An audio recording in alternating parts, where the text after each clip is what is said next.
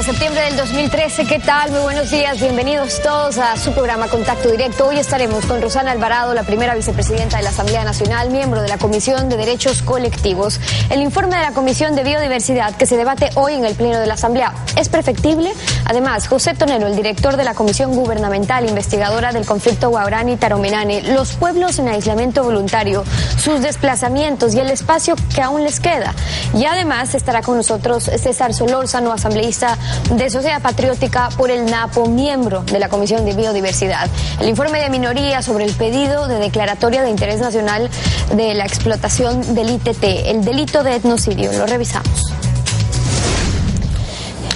Al momento hay 3 preguntas para una posible consulta popular sobre la explotación petrolera en el ITT que son analizadas por la Corte Constitucional. Todas plantean la necesidad de un pronunciamiento popular para decidir si se debe o no explotar petróleo en el Yasuní. Revisemos algunas de las posibilidades que maneja el Consejo Nacional Electoral y lo que podría darse en la Corte Constitucional.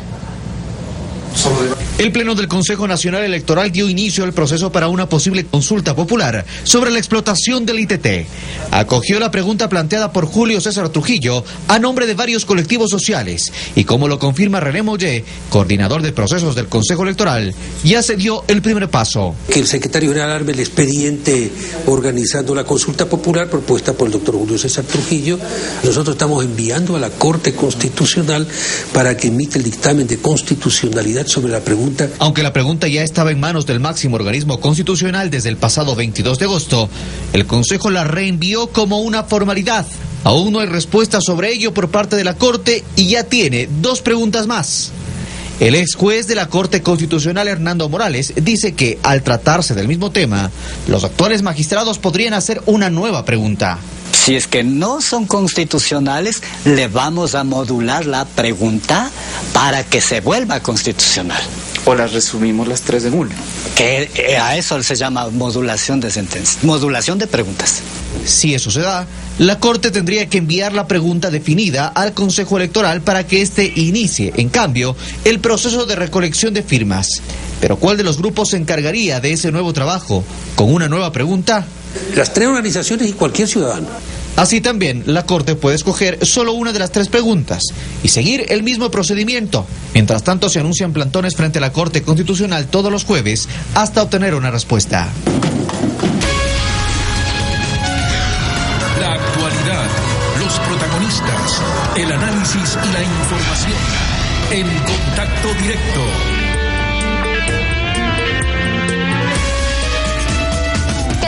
Buen día, ¿cómo te va? Muy bien, Estefi, amigos televidentes, un buen día para todos. Hoy el Pleno de la Asamblea Nacional va a discutir el informe preparado por la Comisión de Biodiversidad. Este documento fundamenta la necesidad de explotar el bloque 31 y los campos Tiputini y Tambococha, pero deja por fuera Ispingo Sur y también el campo Ove por encontrarse en tierras declaradas como zona intangible. Sobre esto hay posturas diversas entre los legisladores del país. Rosana Alvarado, miembro de la Comisión de Derechos Colectivos, se encuentra en los estudios de la capital. Rosana, buenos días. ¿Cuál es su postura al respecto? ¿Es mejor dejar por fuera Ispingo Sur, donde, según decía Juan Carlos Casinelli, algunos estudios indican allí se encuentra el 50% de las reservas petroleras? Lenin, amigos, amigas, buenos días, un gusto estar con ustedes. Bueno, lo que hemos hecho es respetar lo que dicen los artículos constitucionales que se invocan en el informe. El artículo 407, que habla de la explotación en áreas protegidas y zona intangible con declaratoria de interés nacional de la Asamblea Nacional, pero también no nos olvidemos de un artículo 57, que habla de lo intangible e irreductible de la posesión de los territorios de pueblos en aislamiento voluntario. Esa ha sido una de las reflexiones determinantes dentro del informe. Eso fue lo que analizó en el caso particular de mi comisión, la de Derechos Colectivos, antes de que la Comisión de Biodiversidad pues elabore el informe que va a ser debatido. Es determinante tener una respuesta constitucional frente a un tema que nos preocupa, que involucra además la seguridad y la responsabilidad con la que tenemos que manejar la eventual explotación del Yasuní ITT. Una resolución que está acorde con lo que siempre señaló el presidente. Se trataba del plan B, incluyendo Tambococha y Tiputini, pero sin tocar el bloque Ispingo por encontrarse precisamente dentro del parque. Escuchemos lo que decía el presidente. Y en caso de que no se concrete la ayuda internacional, tendremos que aplicar el plan B, que es básicamente explotar Tiputini y Tambococha. En principio, el río Tiputini, el límite del Yasuní, de aquí. Pero escúchenme bien, ¿no? Fíjense cómo el campo Tiputini, de aquí, está prácticamente afuera del Yasuní. Y no hay ningún problema legal, constitucional, ecológico, nada. Solo una partecita está adentro, pero no necesita excavar ahí porque desde afuera del Yasuní se puede traer ese petróleo. Es el Tambococha y está dentro del parque. Y ahí sí hay problemas ecológicos. Entonces estamos estudiando tecnologías que se llaman de perforación horizontal. El Tambococha está a unos 7 kilómetros adentro del Tiputini, un poquito más, me parece 11 kilómetros. Estas tecnologías pueden succionar horizontalmente hasta 15 kilómetros. Quedaría este campo que es inmenso, que es el Ispingo, pero ese sí está en el Tiputini, ¿no? Parece que tiene permiso de la Asamblea, consulta popular, etcétera. Tendrá que evaluar el pueblo ecuatoriano, tal vez nuestro propio gobierno más adelante, si vale la pena o no explotarlo. Ispingo y Obe, según la comisión, tienen en reserva 55 millones de barriles de petróleo con un valor aproximado de 3.000 millones. ¿Ha habido algún diálogo con el Ejecutivo respecto a este tema, sobre todo tomando en cuenta que si se quiere explotar, si se ha dejado de lado la iniciativa Yasuní, es porque se requiere de recursos para ejecutar los planes del gobierno? Sí, hemos tenido algunas reuniones, algunas discusiones con el Ejecutivo, con los ministerios y también resoluciones al interior del bloque país. Es evidente que la necesidad de iniciar el plan B es primero porque estamos conscientes de que la respuesta de la comunidad internacional fue de rechazo a una iniciativa que pretendía transformar la relación de los países, de las grandes potencias con la naturaleza. Y esta propuesta venía de un país pequeño, de un país que todavía depende de sus recursos, de un país que estaba dispuesto a sacrificar parte de esos recursos por un compromiso con la humanidad. No tuvimos la respuesta que una iniciativa como esta merecía. Entonces siempre la iniciativa tenía también el plan B, la propuesta B, que no es una propuesta peregrina ni trasnochada ni que se le ocurrió a alguien de último momento. En esa línea y teniendo toda la información disponible hasta este momento, sabíamos lo que significa resignar los recursos que provengan del Ispingo, ¿verdad? Pero también sabemos que no hay más que cumplir y respetar la Constitución. Cuando hablamos de una zona intangible, precisamente por la posibilidad de que allí estén, sobre todo en esa zona, asentamientos de pueblos indígenas en aislamiento voluntario o de pueblos ocultos, como también se Rosana, denomina, una precisión, por favor. ¿Se dejaría por fuera todo el campo Ispingo? Y se lo pregunto, y le pregunto si todo, porque la comisión ha hecho una división entre Ispingo Norte, Ispingo Centro e Ispingo Sur. Y habíamos entendido que lo único que no se explotaría sería la parte de Ispingo Sur. Una precisión en este sentido. La que está dentro de la zona intangible. Esa es una de las limitaciones sobre las cuales la Asamblea declara de interés nacional el resto de la explotación. Dejamos a salvo la explotación en la zona intangible. Allí es posible, está una parte del Ispingo Sur, me parece, y por esa es la razón que tenemos que tener cautela y hacer una separación de cuál es la zona en donde se puede iniciar el trabajo de exploración y de explotación y en qué zona no se podría, dada esta condición que establece el artículo 57 de que se llama una zona intangible, irreductible, de posesión ancestral de pueblos en aislamiento. Habrá que delimitar nuevamente el campo y habrá que empezar a desarrollar el proyecto de explotación de Ispingo, porque sobre eso no hay nada. Bueno, como le decía Lenin, la Constitución es clara con respecto a eso. Los límites de la zona intangible hay que revisarlos. Son una serie de también propuestas que se dieron en torno a esta zona intangible, pero también tenemos que revisar cuáles han sido las actuaciones de diferentes gobiernos con respecto a la zona intangible. Por ejemplo, hay territorio guaorani adjudicado a los guaoranis dentro de la zona intangible, ¿sí? También hay zona intangible fuera del Parque Nacional Yasuní. Es decir, no conocíamos de toda esta información, de todas las consecuencias de estas determinaciones hasta ahora, hasta un momento en el cual pues se conoce en la opinión pública cuál es la realidad de un proyecto gigante, de un proyecto inmenso como era y como es la iniciativa Yasuní TT. Somos claros, el presidente dijo, no es más del 1 por 1000, eso también se ratifica y se menciona en el informe, no es más del 1 por por 1000 de la extensión actual del Parque Nacional. Ese también es un dato fuerte. Otro de los puntos polémicos del informe es el que refiere a la suspensión de actividades en caso de darse un avistamiento con los pueblos no contactados. Digo polémico porque hay criterios como los del asambleísta Marcela Aguiñaga, quien sostiene que en caso de ocurrir una situación de estas, solo debería aplicarse el Código de Conducta para pueblos no contactados. ¿Usted con cuál de las posturas se alinea? Bueno, yo considero que el criterio de Marcela, que además como ex ministra del Ambiente, pues conoce de la aplicación de estos códigos de conducta, y además ella como ex ministra pues exigió la suspensión de actividades petroleras cuando hubo avistamientos en Armadillo, por ejemplo, fuera de zona intangible, en Armadillo, ¿sí? Naturalmente, si es que hablamos de pueblos en aislamiento, no conocen fronteras, no tienen, la frontera en este caso es unilateral, el tema de la zona intangible pues podemos verificarlo nosotros, pero no los pueblos en aislamiento. Son pueblos que se mueven, que en algún momento tienen que asentarse de manera temporal. Sabemos en dónde hay mayores probabilidades de que existan estos asentamientos, no en zonas pantanosas, no en zonas donde puede existir mayor riesgo de inundaciones, no en zonas donde además los alimentos sean complicados de poder obtener.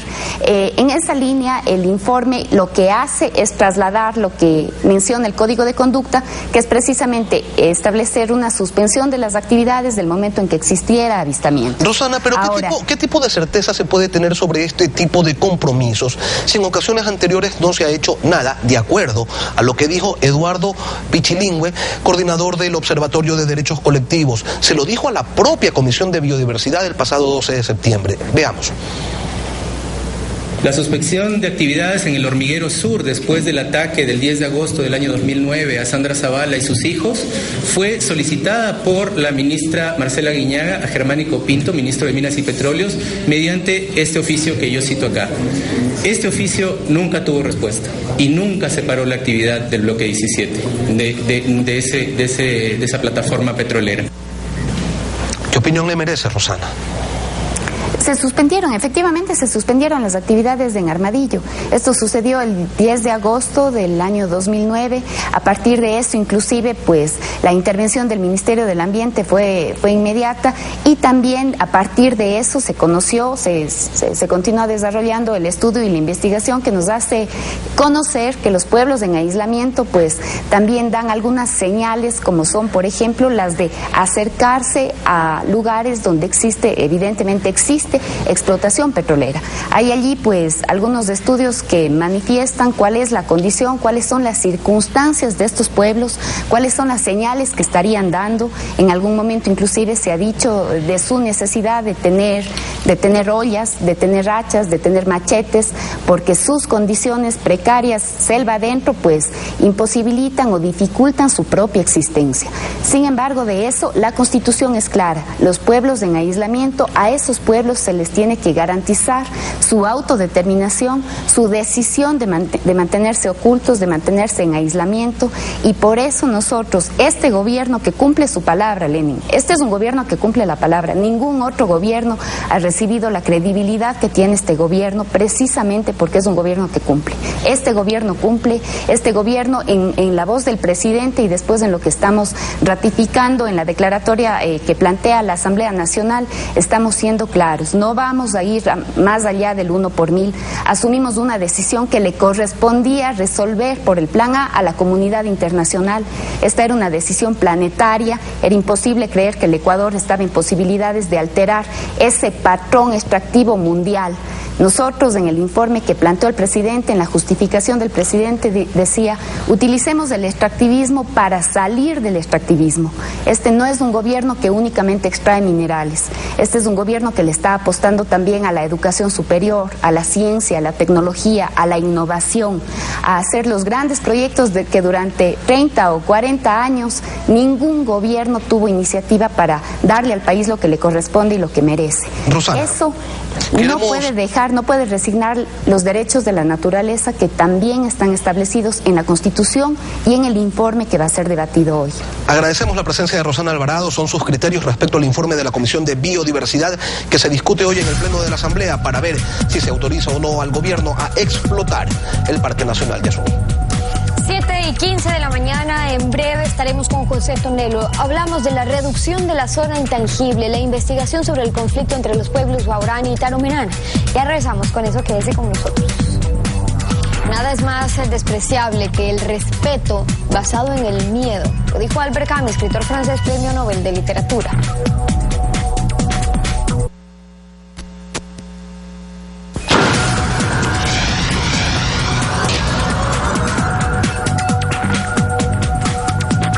José Tonelo, bienvenido. Gracias por estar con nosotros. Gracias. Usted está al frente de la comisión que el gobierno creó para investigar la matanza de miembros taromenane en marzo de este año, presuntamente por venganza de los Guaurani, una venganza por la muerte de un pobre y de su esposa, 2 Guauranis en Yarentaro. ¿Qué se ha podido conocer de ese hecho hasta ahora? La comisión tiene que sistematizar los datos que se recojan, pero los responsables de la investigación están en la Fiscalía y los trabajos de la Fiscalía están cubiertos por el secreto instructorio. Hay, sin embargo, muchas declaraciones de los mismos actores de las muertes que se han dado a fines del mes de marzo. Hay 2 niñas que están secuestradas en poder de los Guaurani y estos son hechos que hablan de algo dramático, extremadamente grave. No se ha podido precisar el número de los muertos, podrían ser... Yo he oído números que van desde 7 hasta 105, pero la mayor parte de las opiniones que se crean reconstruyendo los relatos de los que participaron a este acto dramático ubicarían el número de los muertos entre 20 y 30. Mucho más de esto no sabemos. Ha habido muchas publicaciones dentro y fuera del país. Eso en cuanto a la investigación, los procesos que lleva también la Fiscalía. Pero yo me quiero referir un poco más quizás a ir analizando qué ha pasado, porque dentro de esta investigación ustedes también han podido ver, conocer de las matanzas que se han producido en otras zonas también cercanas, y por eso le pregunto, ¿qué es de lo que han podido investigar y de la experiencia que usted tiene también, qué es lo que más incide en que se den estos tipos de enfrentamientos? Hay muchos trabajos de investigación para intentar comprender cuáles son las causas que determinan en cuáles momentos se prende esta necesidad de cumplir actos violentos de parte de uno o de otro pueblo. Pueblos que, por otro lado, son pueblos hermanos. Los taromenani son una parte de los Guaurani. Ha habido hechos parecidos a los que ahora se están dando, y ahora podríamos decir que el hecho más notable que sucede en estos territorios es la cercanía de la explotación petrolera. Ha habido hechos parecidos a comienzo del siglo pasado, a comienzo de 1900, cuando estos territorios eran también dominados por los caucheros, cuando entraba gente para encontrar el caucho. Algunos hechos se han dado recientemente en relación con la presencia de personas y empresas que explotan, incluso ilegalmente, la madera. Por lo tanto, cualquier tipo de agresión a los territorios provoca reacciones. Esta es nuestra interpretación hasta este momento. Bueno, y a propósito de ello, en el caso de la matanza de los taromenanes, yo le preguntaba porque se dijo que las petroleras no tienen responsabilidad, pues las primeras informaciones de enfrentamientos entre los clanes de la nacionalidad guaurani datan de 1904, dijo el gobierno, antes de que haya una actividad petrolera en la Amazonía ecuatoriana. ¿Qué dice usted sobre eso? Pero hay que comprenderlo, porque justamente en estos años estábamos en el auge de la actividad de los caucheros. Entonces, lo mismo es para la gente que entre gente a nuestro territorio para extraer petróleo o para utilizar un producto de la naturaleza como es el caucho. Me parece que debería, a través de investigaciones históricas, antropológicas, determinarse preguntarse si entrar en los territorios de los pueblos en aislamiento voluntario son las causas determinantes para que haya actos de violencia. Ha habido también actos de violencia independientemente de estas situaciones que nosotros estamos conociendo. Ahora, si hablamos de intangibles e irreductibles, nuestra Constitución así se refiere a esos territorios que no se pueden tocar, que no se pueden reducir, precisamente porque se presume o se conoce que todo esto abarca el hábitat de los pueblos en aislamiento voluntario. Por eso es que existen delimitaciones, pero también está la zona de amortiguamiento. Esa zona sí se puede explotar. ¿Por qué se la delimitó como tal y qué riesgo existe de que en efecto no se toque, por ejemplo, la parte de Ixpingo Sur, que es intangible, pero sí las zonas muy aledañas en Ixpingo mismo? Yo pienso que debería haber a este respecto decisiones más claras. La prudencia diría que toda la parte del ITT que se llama Ixpingo debería ser respetada, justamente porque hay las áreas de amortiguamiento y una de las causas principales es que no conocemos bien los patrones de movilización. Los pueblos en aislamiento son pueblos nómadas. Su movimiento responde a la estacionalidad o de la caza o de la producción de determinadas frutas de la cual requieren para sobrevivir en la selva. Por lo tanto, nosotros consideramos que sería prudente, antes de tomar una decisión sobre el Ixpingo, un tiempo para estudiar, para conocer, para investigar bien lo que está sucediendo.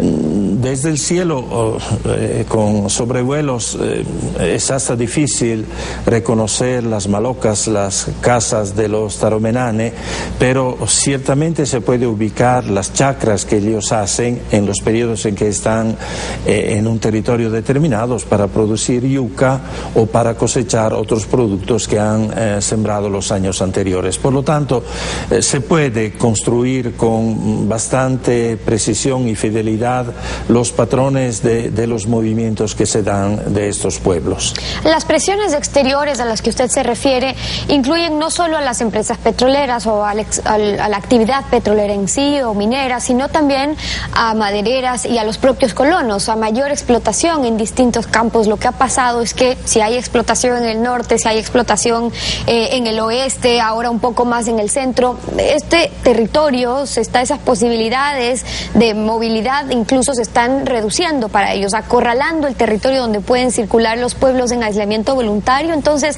la posibilidad de un contacto aumenta y esto podría causar nuevos ataques o contactos con otros pueblos. Aumentan no solo por lo que usted está diciendo, las actividades extractivas y las actividades agrícolas o ganaderas de los colonos, hay actividades turísticas en estas zonas. Hay una actividad de la cual se habla poco y que ha provocado mucha violencia, que es la extracción de madera que muchas veces ni siquiera queda en el Ecuador, que sale para los países vecinos, y debería haber un control mayor sobre todas estas actividades. Hay actividades incluso investigativas, hay estaciones científicas o no tanto en la zona intangible, pero muy cerca, y que tienen algún influjo también sobre la zona intangible. Todo esto representa formas de contacto que los pueblos no quieren recibir. Yo he podido hablar con dirigentes Huaorani, entre ellos también hay una división. Hay gente que recibe los regalos, llamémoslos así, la Coca-Cola, dicen ellos, para indicar todo lo que pueden recibir, que son casas, que son viajes, que son carros, que son canoas, a cambio de dejar que su territorio sea contactado. Pero hay un sector importante de este pueblo que dice: nosotros no queremos nada de todo eso, no queremos regalos, queremos nuestro territorio intangible. Por eso mismo es que se han dado también ciertos incidentes. Ahora, hablando de la explotación, desde Petroamazonas se informó que habrán senderos ecológicos para movilizarse de un un punto a otro dentro de los campos, que los cableados estarán enterrados, que la energía eléctrica vendrá desde el campo Edén Yuturi, que no habrán carreteras, que los modelos de gestión tienen certificaciones ISO 14001, tecnología de punta, en fin, tomando todas medidas. No se podría lograr una explotación responsable con el ambiente, pero sobre todo preservando la vida de los pueblos en aislamiento voluntario.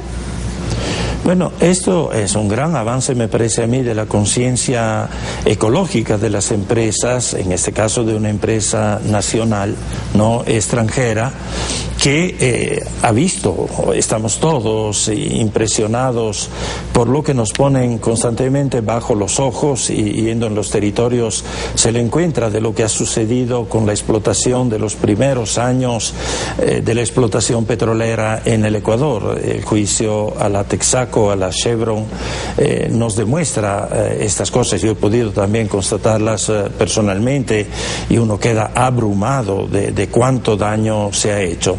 Hoy se sabe que no se puede repetir estos daños, hay las tecnologías, me parece que hay la voluntad política de que así se haga, pero evidentemente un impacto habrá. Esperamos que este impacto sea mínimo. Por lo tanto, repitiendo una de las propuestas que se están manejando, si la explotación fuera limitada, el campo Tiputini está incluso fuera del Yasuní, ¿no? El campo Tambococha está dentro del Yasuní, pero muy distante, suficientemente distante de la zona intangible y de su área de amortiguamiento. Si se hiciera un acto de nobleza de parte del país hacia esos pueblos, no tocamos toda la parte del Ispingo, donde hay presunciones de que los pueblos en aislamiento voluntario pueden estar. Independientemente de las tecnologías que se apliquen, sería una decisión muy importante para que el país sienta que hay una conciencia ecológica y a favor de los pueblos en aislamiento que nos enriquece a todos. Esa es la propuesta de José Tonelo, respetar la intangibilidad de todo el bloque de Ispingo, acompañándonos hoy en Contacto Directo. Gracias por haber estado con nosotros. Gracias. 7 de la mañana con 33 minutos, pausa. Cuando volvamos estaremos con César Solórzano. Hablaremos del informe de minoría sobre la declaratoria de interés nacional de la explotación petrolera en el Yasuní. Volvemos, quédese con nosotros. El miedo generalmente se manifiesta de dos maneras, a través de la agresividad o a través de la sumisión. Lo dijo Pablo Coelho, escritor brasileño.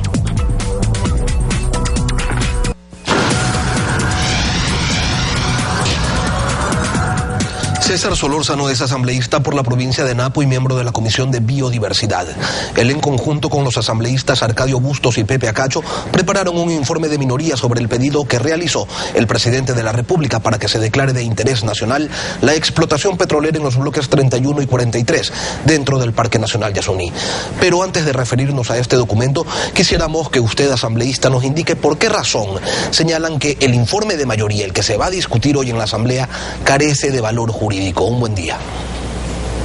¿Qué tal, Lenin? Un buen día y muchas gracias por permitirnos referirnos sobre ese tema. Mire, aquí lo importante respecto a este informe es que la ciudadanía primero debería conocer cómo fue que se dio el procedimiento para el ingreso de dicho informe. El día lunes que tuvimos nosotros, cuando nos llegó a nosotros, a los buzones de correo, dicho borrador, que por cierto nunca lo discutimos, nosotros planteamos nuestras observaciones en base a dicho documento. Oh sorpresa, al día siguiente que teníamos la sesión dentro de la Comisión de Biodiversidad, a las 5:30 había ingresado un documento, el cual recién lo conocimos a partir de las 7 de la noche, un informe que recién llegó a nuestras manos a las 7 de la noche. Dicho informe no había sido discutido por la comisión y por ninguno de los asambleístas.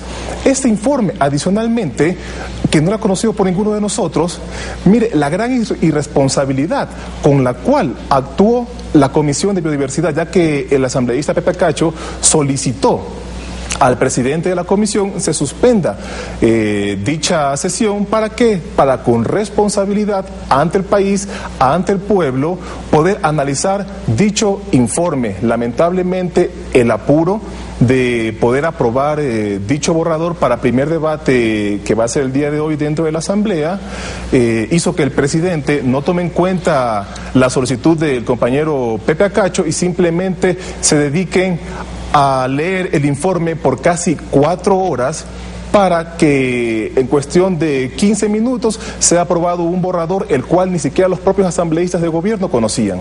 Y resulta que el reglamento de la Administración Legislativa señala que los informes deben ser entregados a los miembros de la comisión al menos con 24 horas de anticipación, no con 30 minutos. Pero y eso es algo que ni siquiera la Revolución Ciudadana ha logrado cambiar, es el país de los hechos consumados. El informe ya está presentado, hoy lo conoce, lo discute el Pleno y probablemente lo apruebe. Pero resulta que ustedes presentaron otro documento y en él sugieren exactamente lo contrario de lo que dice el oficialismo. ¿A qué nos referimos? El 407 de la Constitución, es decir, aquel artículo que señala que se prohíbe la actividad extractiva de recursos no renovables en las áreas protegidas y en zonas declaradas como intangibles, incluida la explotación forestal, excepcionalmente dichos recursos se podrán explotar a petición fundamentada de la Presidencia de la República y con previa declaratoria de interés nacional por parte de la Asamblea, que de estimarlo conveniente podrá convocar a una consulta popular. Ustedes dicen que este artículo, que es en el que se basa el informe de mayoría, no es aplicable. ¿Por qué razón? Mire, primero no debió haberse aceptado la solicitud realizada por el presidente de la República en base al artículo 407. ¿Por qué? Porque la Constitución y específicamente este artículo nos habla del patrimonio natural y los ecosistemas.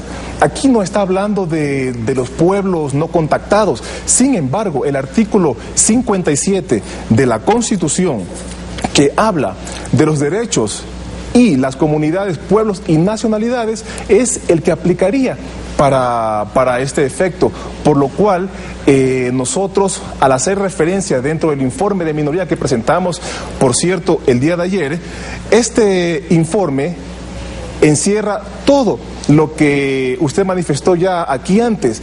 No es aplicable el artículo 407 de la Constitución para la solicitud de declaratoria de interés nacional a esas áreas. Y en el informe de minoría también ustedes hablan de la necesidad de realizar una consulta previa. ¿Una consulta previa a quién? Mire, hablamos de que primero exista la responsabilidad de la Asamblea de que se discuta y se debata de una manera en la cual nosotros como asambleístas amazónicos y como asambleístas a nivel nacional requerimos. ¿Por qué le digo esto? Porque lo que planteamos dentro de las conclusiones de este informe es que la Asamblea Nacional no dé paso a la solicitud presentada por el presidente de la República, ya que primero dentro de la Comisión de Biodiversidad no contamos con todos los informes necesarios y veraces, los cuales nos permitan a nosotros tomar una decisión de gran responsabilidad.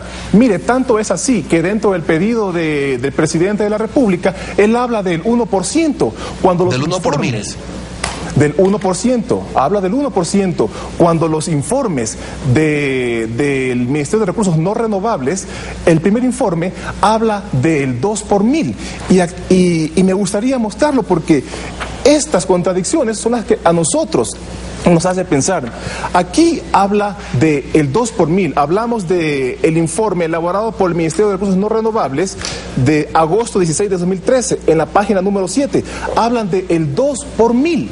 Sin embargo, en un alcance de este informe que hace el Ministerio de Recursos No Renovables de septiembre 3 de 2013, en la página 16, en la página primera de las 16, aquí él habla de una superficie no mayor del 1%. Estos informes técnicos se contradicen y por eso, al no existir una información veraz, una información con la cual nosotros podamos tomar con responsabilidad la decisión de aprobar o no el hecho que se haga o la solicitud del presidente de que se declare de interés nacional, no podemos hacerlo, ya que los informes que nos presentan, tanto también como el Ministerio del Ambiente, así también con el Ministerio de Justicia, se contradicen. Para nosotros no son veraces. Señor Solórzano, Queremos agradecer su presencia, son los criterios de César Solórzano, asambleísta por la provincia de Napo, uno de los que firman el informe de minoría que también debería conocer hoy, Estefi, la Asamblea Nacional. Terminamos así Contacto Directo a ustedes. Gracias por acompañarnos, Lenin. Nos vemos la próxima semana. Así será.